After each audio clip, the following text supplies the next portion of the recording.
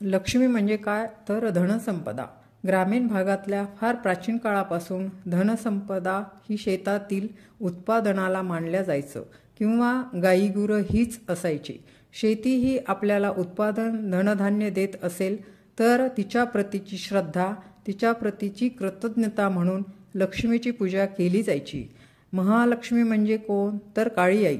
मातीची 5 ढेकळं काढायची आणि त्या ढेकळांना हळद, कुंकू, फुलं जे काय असेल ते आणि सोबत नेलेल्या भाकरी भाजीचा निवद दाखवायचा, अशी परंपरा तेव्हा होती।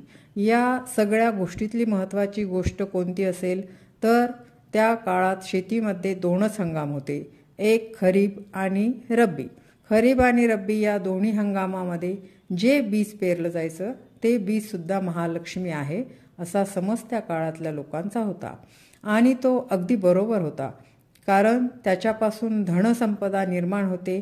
ते बीज, त्याची पूजा केली पाहिजे आणि तेही दोन्ही हंगामाच्या मध्यावर्ती केली पाहिजे, म्हणून प्रत्येक शेतकरी कुटुंबात 2 लक्ष्म्या मांडल्या जायच्या। लक्ष्म्या 2 का मांडतात याचा अर्थ असा आहे, खरीप आणि रब्बी या दोन्ही हंगामातील बियांची पूजा। आपण मधल्या काळातील खेड्यापाड्यातील लक्ष्म्या जर पाहिल्या तर त्यामध्ये चिखलाचे गोळे करून त्याला जसे जमेल तसे नाक डोळे काढून त्याच्यामध्ये लक्ष्मी पाहून त्याच्या पुढे वेगवेगळ्या धान्याच्या राशी मांडल्या जात असत।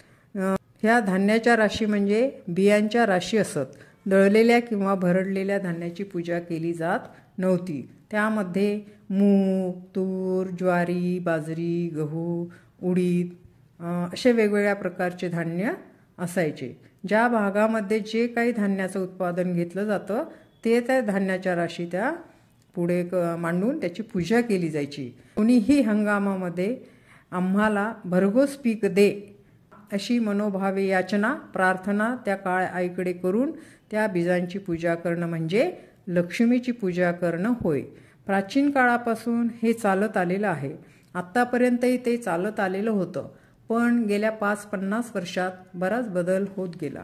शेतीपासून माणसं जसजशी तुटत गेली तसा बराच बदल या विधीमध्ये झालेला आपल्याला पाहावयास मिळतो। हा जो श्रद्धेचा उत्सव होता किंवा एक श्रद्धेचा विधी होता तो उत्सवात परिवर्तित झाला। मग शहरातून स्त्रिया महालक्ष्म्या मांडू लागल्या, त्याबरोबर बरेच बदल होत गेले। आधी एक लाकूड रोवून त्यावर लक्ष्म्या मांडल्या जायच्या, नंतर हळूहळू मातीच्या कोथळ्या आल्या, कालांतराने त्यात अजून बदल होऊन पत्र्याच्या कोथळ्या आल्या आणि आता तर हुबेहूब पुतळेच महालक्ष्मी म्हणून वापरताना आपल्याला दिसू लागले आहे। वेगवेगळ्या प्रकारचे मखरं, वेगवेगळं डेकोरेशनचं सामान, सजावटीचं सामान, लाइटिंग, हार अशा वेगवेगळ्या प्रकारच्या वस्तू आता बाजारात उपलब्ध झाल्या आहेत आणि एका विधीचं रूपांतर आता फार मोठ्या उत्सवात होऊ लागलं आहे। आणि आता महालक्ष्म्यासमोर नुसत्या धान्यांच्या राशी न राहता विविध प्रकारची खेळणी, रांगोळ्या, वेगवेगळ्या प्रकारचे फराळाचे पदार्थ, वेगवेगळ्या प्रकारचे फळं असं मांडलं जाऊ लागलं आहे। पूर्वी एका लाकडाच्या फळीवर शेतातील माती आणून त्याचे 2 गोळे तयार करून त्याला नाक डोळे काढून त्यापुढे बीजांच्या राशी पूजा केली जायची। पण अलीकडच्या काळात आमूलाग्र बदल होत आहेत।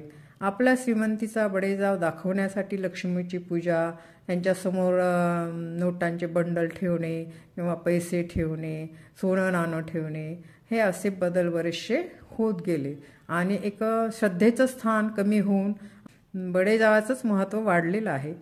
मुळातून हा उत्सव शेतकऱ्यांचा आहे, हा विधीचा उत्सव आहे आणि तो उत्सव शेतीच्या कृतज्ञतेतून आलेला आहे।